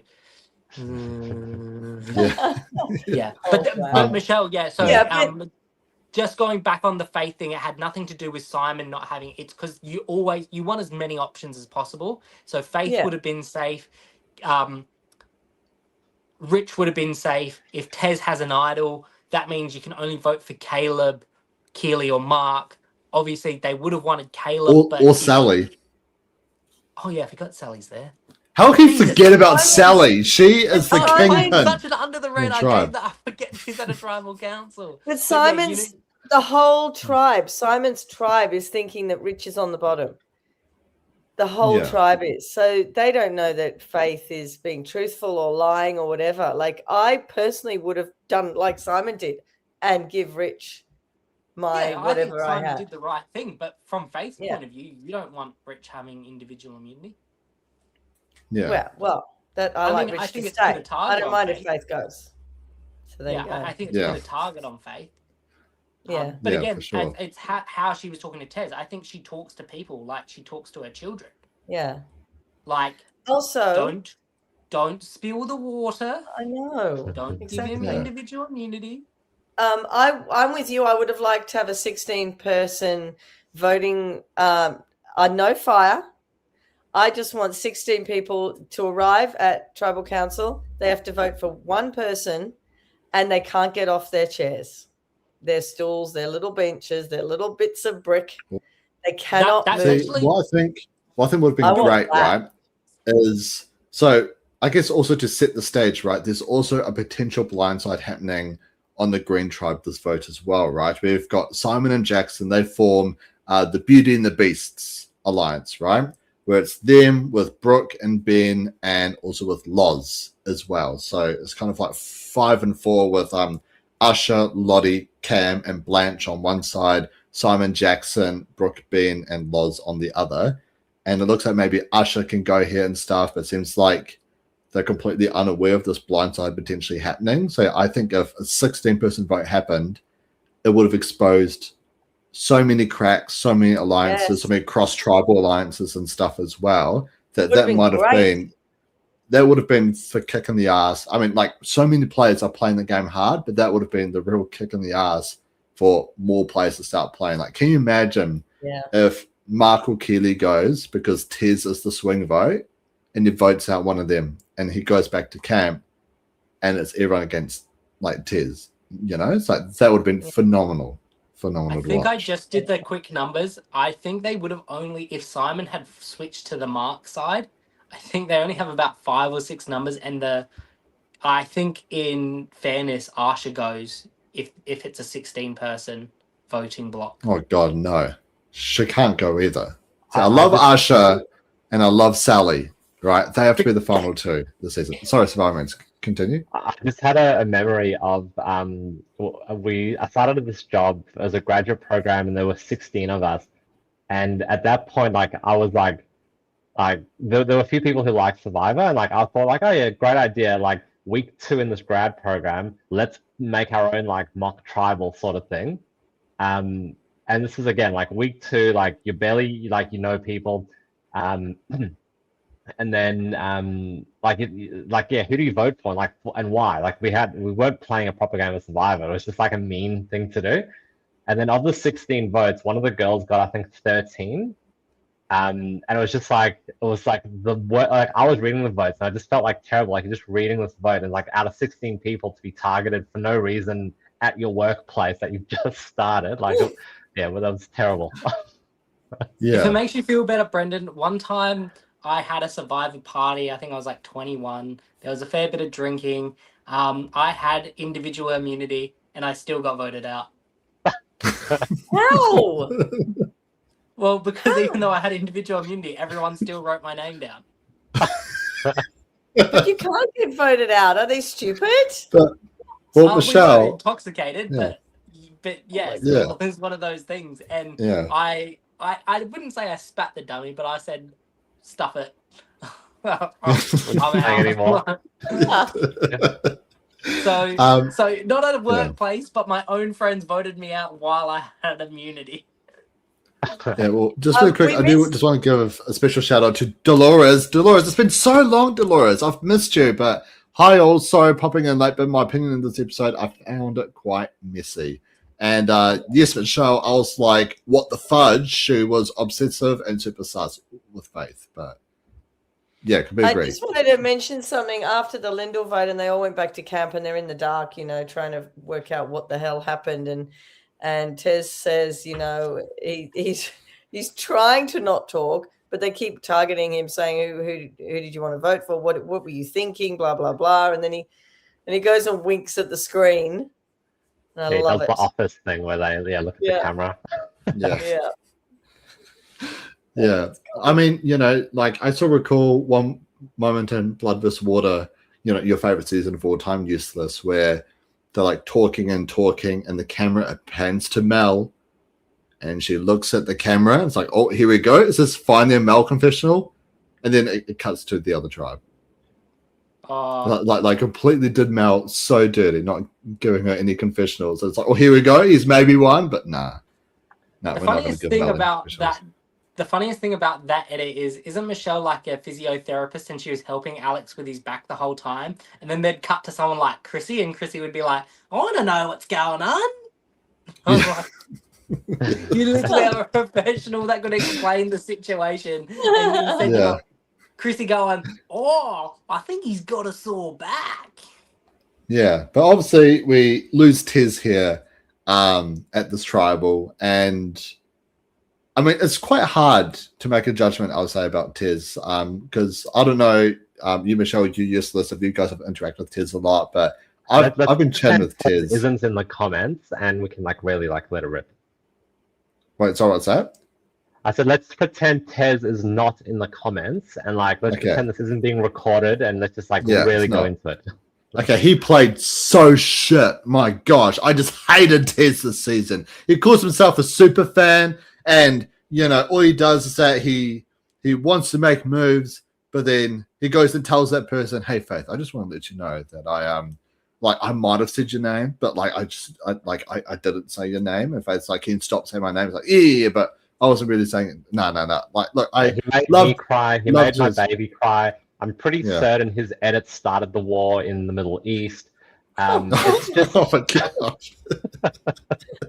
I actually did make a joke, and I think it laid flat, but Simon's on top of my useless Australian Survivor pack points, and I was like, literally World War III has broken out because Simon's doing well in Survivor. They're like, end it. Ending the show's not enough. You got to end the world. Yeah, end the whole world. Yeah, but it was, as we've all kind of pointed out, once Rich got immunity, it was done. There's really nothing else Tez really could have done to have saved himself in that spot. But it is hard, Useless. We've had many chats in the past in regards to super fans playing the game and just your casuals playing the game. And I think with super fans, they tend to overthink a lot of things a lot of times, right? I still think back to in Titans vs Rebels, when Eden's name is the one that gets brought up, right? When Jess goes out and he just starts to slowly lose it because, there's that survivor paranoia, your name's out there and stuff. What could have Tez actually done in your eyes to have saved himself in this spot? Funny enough, you bring up the Eden whole thing. I actually think it can hurt you. And you can also be like Eden and you go, I'm going to teach Jaden how to play. And then Jaden votes you out. So I think the overconfidence of a fan is, I think they get too locked into certain things. So I think Tez has come into this with a pre-made plan. So I think you can never come into Survivor with a strategy. You have to adapt as you go. You can't be like, I'm going to build the shelter. I'm going to make 100 alliances. Like, you can have a blueprint, but it's never going to work out exactly because different players like different things. So I think Tez was trying to play a low-key game, get to merge. He wouldn't really be seen as a threat. And then he would have made a deep run with his endurance challenges. I think that's what his plan would have been. And he even says in the edit, I want to be seen as someone playing on the bottom. And that's probably because someone like a Miles has won the game. Christie has won the game. A lot of these like players that have been on the bottom have won the game, where not many people, apart from maybe David, have really been able to play from the top the whole way through, even if like Haley gets voted out. And I actually, people from the bottom usually win more than people that play from the top, and people from the top win more than people that play from the middle. But for some reason, everyone wants to play from the middle. So I think Tez's game was to lack social currency, and then that would help him get far, similar to someone like George. But unfortunately, you do need social capital at the start of a game, and I think he actually was swap screwed. I think if he was swapped with Blanche, who obviously he had a good connection with, there would have at least been him and Blanche could have both swapped. Like him and Blanche could have jumped on with whoever if they were with bounties and to make a majority. But because he's on a 7-2, Tez can't get with the bounties because that's 3. That's nothing. So he has to kind of get back in with Mark. Mark loses Don, so Mark doesn't have any power now. He obviously has no power with Faith and Keely and Sally. So I think it's kind of putting your eggs in one basket without putting any eggs in any baskets. It sounds so bad, but it's like he didn't want to play. He didn't want to be a threat, but Mark basically can't even use him. So tough for Tez, and you can blame it on tribe swaps and stuff. But yeah, he definitely. I think he's only 24, so I think it's one of those ones where maybe he needs to come back for redemption too. Yeah, 100%. Yeah. Well, let's quickly talk about though what is to come. We've still got at least another 3 episodes of the pre-merge and Survivor Memes. We got a pretty good insight into what's happening on the Green Tribe, where they might have the power to take out Usher here in a 5-4 blindside. However, I have seen a couple of the ads, and it's here is Simon's greatest move, and Simon's talked about how if he pulls this off, this will be his redemption. And normally I'd be like, hey, this is looking great for Simon. However, this is Simon we are talking about, Australian Survivor Memes. What do you think is going to go down on this Green Tribe? Well, firstly, I think this season it's been lacking a lot of Simon content, which I'm very dirty about. It's usually Simon is gold for meme purposes. He did cry once. That was a good moment. Is this real? Yeah. I do recall at the pre-season ads it talked about it showed Simon saying redemption or the third act or something along those lines. So I've been waiting for Simon to kind of just erupt and do what he whether redemption means winning or whether redemption means learning from the mistakes he had and just overcoming that. Let's be real. The amount of shit George put him through in Heroes versus Villains, he needs a big redemption arc. I am very excited to see it though. I hope it's not going to end badly in that it's going to be like I've learned some lesson while he's like voted out as his redemption. I hope it is going to be some sort of like George 2.0, and then he clicks, and then he's like, hang on a sec, and then like he goes into like Simon's master Sue's big move sort of thing. So Yeah. I hope that's the case. I like, yeah, to me, of all the returnees, Simon was my favorite. Like, most excited. I was most excited for him. Like, he's a great guy off screen. I hope that the character Simon gets that big redemption moments. And again, I hope it's just not him being voted out and having like a moment of I don't know, internal growth or something stupid like that. Well, Michelle, maybe I'm just being super biased here because obviously, you know, I'm a massive Usher stan as well, but I kind of feel like the Beast Alliance isn't a great choice for Simon because, as Gabe says here, so Brooke has an idol, and when it gets to post-merge, it's a very much of an endurance challenge game from that point onwards, right? And, you know, you've got with Mr. Ben, he's there, so he's great at challenges, right? And I don't know. So I look at them and I'm like, these are the two people you have to take out before the merge. Because if he takes them out, if he takes them out, he might be able to win a lot more. I was going to say, like, if he takes out Brooke and Ben, once it gets to post-merge, he has a way higher chance of actually winning a lot of these individual immunities because he's proved it before in Heroes vs. Villains. He can win a lot of challenges, but it's your lizards and your mats that you got to worry about as well, because you know they've got smaller feet, that you know less weight they'll have to hold up and stuff. So I think someone's got to try and take them out. Yeah, Simon needs to stay with Brooke. They both need to stay with each other to be shields for each other. I mean, it's silly if you lose your shield. There's no one bigger than those two.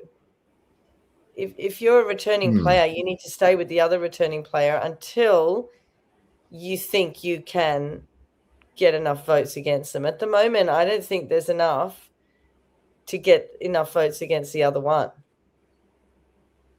Well, because I think it's a similar thing with Mark and Brooke, right? Where it's like Mark needs Brooke, but Brooke doesn't need Mark, right? Because I think Simon's playing a low-key enough game where he's so well integrated with a lot of the newbies until he didn't throw the challenge for Rich. Now I think some more eyes are going to be on him, but I think he's so far he's done such a great job playing a low-key game that he might actually be able to skate by without really getting targeted that much. Maybe, but I think it'd be silly to get rid of another returnee because you need each other. It's just silly because you've got so many people who are against you. Unless you're a really social player, unless you're like Saria and you can suddenly just get yourself through anything. I don't know. I personally think it would be a silly move. Yeah. Well, how about you, Eustace? What do you think is going to go down in the Green Tribe? Well, if it actually is a huge move, I think Simon votes Brooke out with Brooke having an idol. That would be his big move. I think that would be a good redemption. If Simon, like, well, how the turntables have turned. If Simon, because I think again. I think what happens is, right, if Simon, and we don't see it, but the reason idols do get played correctly and people pick up on vibes is, as you said, we might not see it, but Mark's hanging out with Keely for 5 hours. Of course, they're together. I think if Simon is with Lottie and that too much, Brooke plays her idol, Ben goes home because they've probably split the votes. But if Simon is actually putting, like, he's in with them, I think Brooke might feel safe with her idol and she'll want to keep her idol as long as possible. And if they're voting as a 5 and Simon, because they've got 9 people, right? So if it's going to be 4-4 split, Simon goes, hey, look, we can't split the votes. Jackson's gone. Loz is gone. We have to do 5 votes on Brooke and hope she doesn't have an idol. I've been talking to her. She hasn't told me. Then Simon says to Brooke, yep, I'm in. It goes down. Anyone to play an idol? No. 4 votes Brooke, 4 votes Usher. The last vote, it's Brooke. Simon's the big hero. That 4, I don't think Jackson wants to work with the others when merge happens. I think Jackson comes back into their fold, and that, like the original, what are they called? The original bounties will have the majority going into merge. They'd probably lose Rich. Let's be honest, Rich would have to get voted out as collateral for Brooke going home, but I still think that then someone like a Sally or Caleb is like the last vote before merge. Then Faith, Keely, and Mark are basically on the bottom because Ben's not going to sacrifice his game by jumping on them. He'll probably turn into someone like a Jenna Louise, where she was in that Super Sanapu as the easy vote, but they never go to tribal, so she kind of comes along to the gets a few immunities to get far. But Ben would turn into that, like he's like, well, I'm not going to jump on the Mark show. That's sinking. And then he just kind of becomes a number. So I do think it's risky, but I think Simon can't. He's got to stay with one alliance. If he stays with the 5, so he votes against Lottie, he then becomes, the villain that everyone thinks he is, or he pretended to be, kind of thing. And then he's got to go all in with Mark, Faith, and that, and then he's at the bottom of that alliance. And to be fair, that's not redemption. I think he has to take a swing at Brooke, and it will be sad, but it could be another thing. He takes that swing at Brooke. Brooke gets scared. She plays her idol. Asha goes home. Simon's in no one's camp, and then is crying on a rock, going, "Survivor sucks." Yeah. Well, as Gabe says here, Lottie and Asha just want to use Simon like a puppy dog. Long-term, Beauty and B-Side will make this game more fluid. Lottie gets on farther with less agency, while Beauty and the Beast is more fluid, but he leaves way earlier. Well, Michelle, what about the Bounty Tribe? Is there any way Rich survives it to merge, or you reckon he's pretty cooked? Depends if Sally wants to make a move against Faith, Keely, and Mark. But I think Mark has gone pre-merge. 6. So it's Mark, Keely, Faith, Sally kind of with him, and then it's Caleb and Rich on the bottom. Oh, I don't see Rich and Caleb working together. No. The only way that can happen is if Rich can somehow convince Caleb that there's a reason that his name keeps getting thrown out as like the spare vote. And then from there, you've got 2 people. If you've got, well, at least one more, you could go to Rocks. Like you could sell Rocks as like, well, here's your chance to break away from like, again, who's at the bottom of the Mark, Sally, Faith, Keely foursome. And it could just also then become like a matter of if Brooke gets voted out, is there then a reason to keep Mark, for example? Like, I don't know, is there some sort of like dynamic where what happens on one tribe will then make someone like Rich more valuable to keep? Like, so. Yeah, like if Brooke goes, you can go, well, Blanche is obviously gone. Like you would have to go the numbers, and you can go, if you're someone like Sally, you can go, wow, well, what I'm playing the middle game.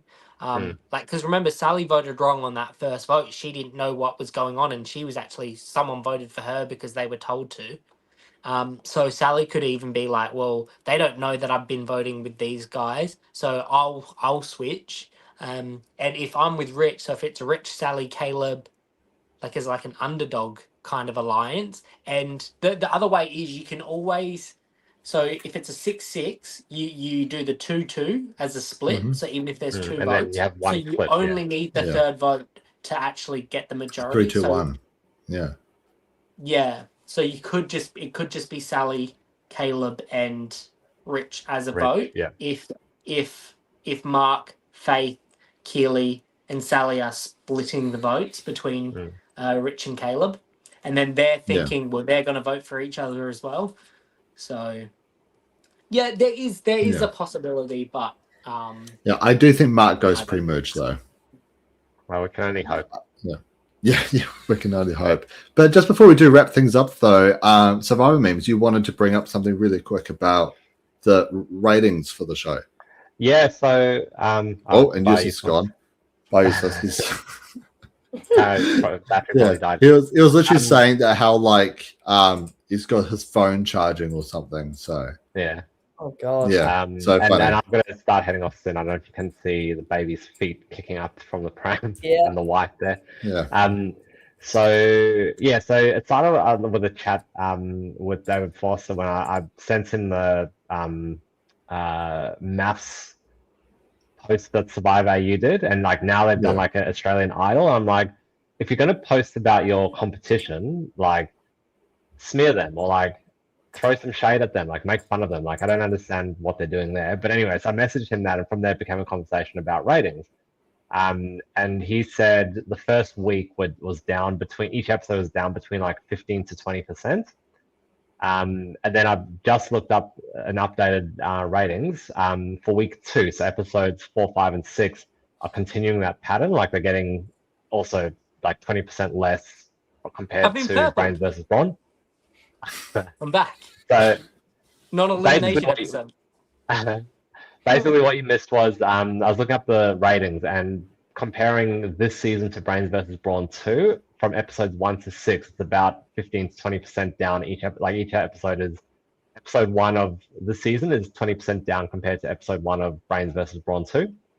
So it's just like an interesting sort of, well, I guess it is useful in a sense, but yeah, the ratings are down 20%. But then again, it's also apparently the most streamed season online. I know they've been streaming the episodes on TikTok as well. I believe on Sunday they go live on TikTok with the 3 episodes a week. They've been uploading it to YouTube for Australian viewers and stuff like that as well. You know, obviously there's not as many ads on YouTube as on the Channel 10 site, and so it's an interesting one with the ratings. But I do know for sure that there's at least 1, maybe 2 more seasons like confirmed for Australian Survivor. So I guess we'll see how those seasons go in comparison to this one. They do say that, and they say they're casting, but shows also can get axed in production. This is not guaranteed that there are going to be more seasons. But I've always said I think the problem with Channel 10 is they're competing with shows that they can't compete with, and like maths, it's like Love Island and all those shows. They're casual viewing shows. They're the ones that they're gonna pull in big numbers. And even like the original Big Brother, I don't think Big Brother does well these days because it's not what it used to be. It used to be like, you know, people doing outrageous stuff like in the house, and now that it's a show about strategy, it's more niche. It's changed formats like 3 or 4 times in a 10-year span. It's different channels get it. I don't want that to happen to Survivor, but that is the show Survivor is about. And to get like in the English-speaking countries, it's the second biggest behind. It's the most amount of seasons behind the US. So it's had a big run, and I'm sick of explaining to people that like David in for JLP, they thought they were doing what they thought the fans would like. They didn't realize JLP was such a big person. And I think it's dumb if you're not watching the show because of a host, because he's on the screen for 5-10 minutes an episode. So let's get the baby's thoughts on it. I think she wants to be the host next season. Yeah, I agree. Well, the son from the Teletubbies is the new host. Cute. Yeah, and just one final comment here from Dolores, and then we'll wrap things up. How do we all think David is doing in our eyes? I think he's doing a bloody great job. I think he's doing fine. I love David. Yeah. In some aspects, I think he's slightly better than JLP, and in some aspects as well. He's got bigger biceps than JLP. Exactly. What does he? Yeah, I haven't seen him in person. Yeah. I haven't. Yeah. Not as huge as your biceps, though, Brendan. No. Yeah. You didn't have to put the baby's arm up. You can put yours up. What I was going to say is I think this is something that people don't realize. I think David's a better advocate for the show online, but it is just the fact, like, people were saying some things like, oh, David is just there for the paycheck, and JLP, I was like, it's completely the opposite. Like, JLP, it's a job for JLP, like, he goes back to LA, all that sort of stuff, where David, he doesn't need the money, he's just got that big payout. Like, I don't know how the game show money works, like getting taxed, but getting $5.5 million US, like, obviously he would have had other jobs and contracts that. So I think David's not here for the money. I think he loves Survivor. He loves that world.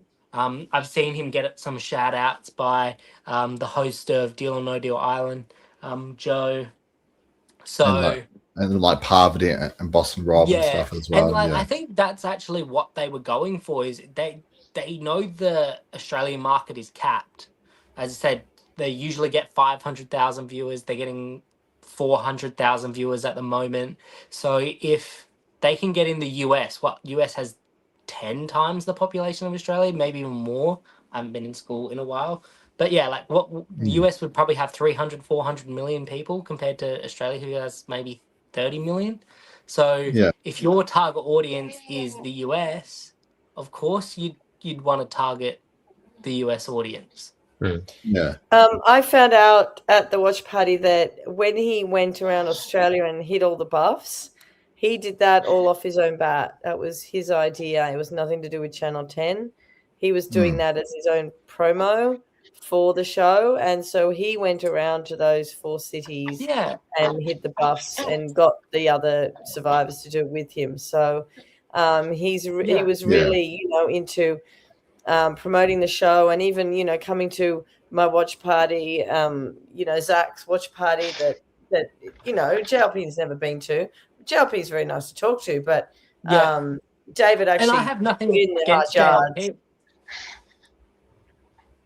Yeah, I think overall, I think we can all agree that David he's doing a great job. There's nothing against JLP. JLP is always awesome, but David's doing a fine job. And I agree with Useless. If the host change is what's stopping you from watching the show, then were you even really a fan in the first place? If something so minor can, make this massive effect on you, then I don't know. It's like, I just don't agree with that take or opinion.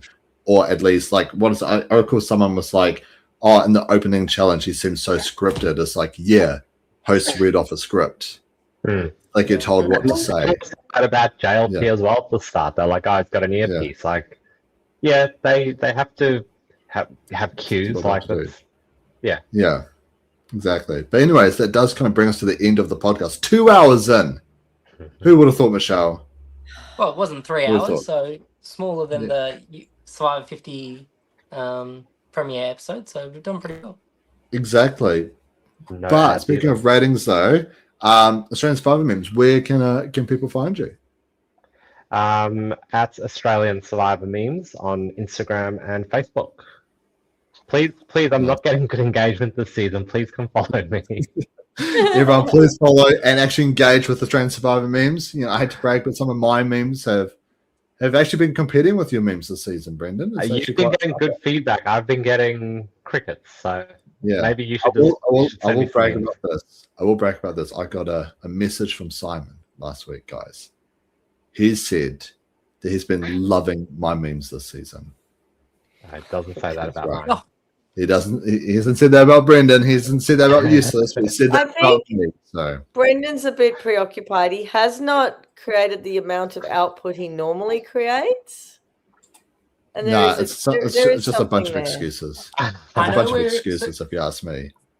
We're in cheeky naughty times, so Michelle, what you're saying is he's put his creative juices somewhere else. Is that what you're saying? Look at it. Look at that thing. Look at the creative juices. So beautiful. But how about you? He has more hair than Mark. Well, she'll have more hair than me. So.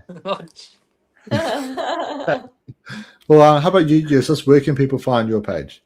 Instagram, UselessAustralianSurvivorFacts, and I am in the top 5% of Survivor creators on TikTok at the moment. What? So, it was, the wording was a little bit funny, but I'm gonna take it. And but it is.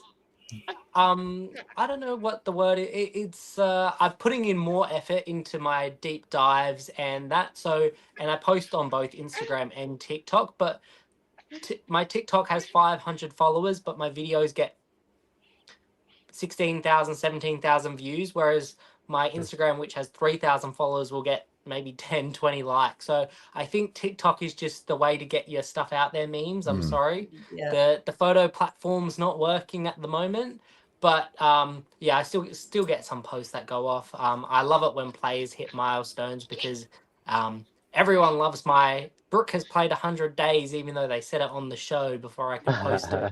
Because I usually wait till the end of the episode to post, just in case people are watching on different timelines. So they beat me to it. But that post went off, so Simon has to get to 100 days so I can get another viral post. But yeah, that's where you can find me. Useless Australian Survivor Facts on TikTok and Instagram. Juicy. And I've linked all your pages in the description of the video as well. Even your page, Michelle, Australian Survivor Fans, also in the description of this live stream as well. But Michelle, what have you got going on? Cheeky, naughty? Well, what's happening? Next Friday, when I'm supposed to be podcasting with you, I am going to watch Harry take on Johnson in a wrestling match. Oh, Jackson. I said that to Johnson the other night. I'm like, I got the name wrong. Jackson. So that should be interesting. Yeah, that should be pretty fun because he did one with Matt a few years ago, right? Who won between Harry and Matt? I don't remember. I think Harry won. Ah, who would have thought? Harry tops out a professional wrestler. But how about you, Useless? What have you got on this cheeky and or naughty? Unfortunately, my cricket team has had a shocking year, so we're out of finals. So I have my weekends free now. Got a little winery gathering on a Sunday, which is usual for an Adelaidean. Everyone knows you got to just chuck into bird in hand every now and again. But that is about it. And then I've got 1 month left of being 30. So, oh my gosh! Congratulations! Happy birthday! Looking for back surgery next week. Wow. Yeah. And how about you, SurvivorMemes? Cheeky and or naughty? Yeah. I'll just there's some expression, or one of my life's mottos is when your age starts with 3, you always have a bad knee. So just keep that in mind when you turn 30. No, other than Survivor, I've just been looking after her. The highlight of the podcast. You speak Kahuna. We need to vote her out. She think about her social game. She cries until she gets her way. She wakes us up. She demands, and as soon as she gets what she wants, she's done, and she's like, I don't care what you guys think or feel. And then it's like, oh, but we still love her. She's still the best. She's still the cutest. She's still the funniest thing. I tried a better social game. Yeah, I tried doing the same thing to Brendan when I was in Melbourne, but he just slammed the door on me and told me to piss off. So you were just yelling, milk. Milk! I want my chunky milk. It was good practice, I think. Yeah, and and nothing too much cheeky or naughty on my end. I literally landed in Auckland. Not even 24 hours ago. I landed at 3 a.m., got home at 5, had work at 10, and then I got back and started writing notes for the podcast. So I am very ready to, rest up so then I can get up to some more cheeky, naughty adventures. But Michelle, it was so lovely getting to hang out with you again, though. And the watch party, Rich, thank you so much for organizing that as well. To all the amazing players, it was so great actually finally getting to meet everyone. And it was an absolute hoot. But if you're new to the channel, smash that subscribe button. Follow us on Instagram at Mucky Hope Production as well. I've been host Mucky Hope, Kakite Anor, and we'll catch you all in the next live stream. Take it easy, guys. Ciao.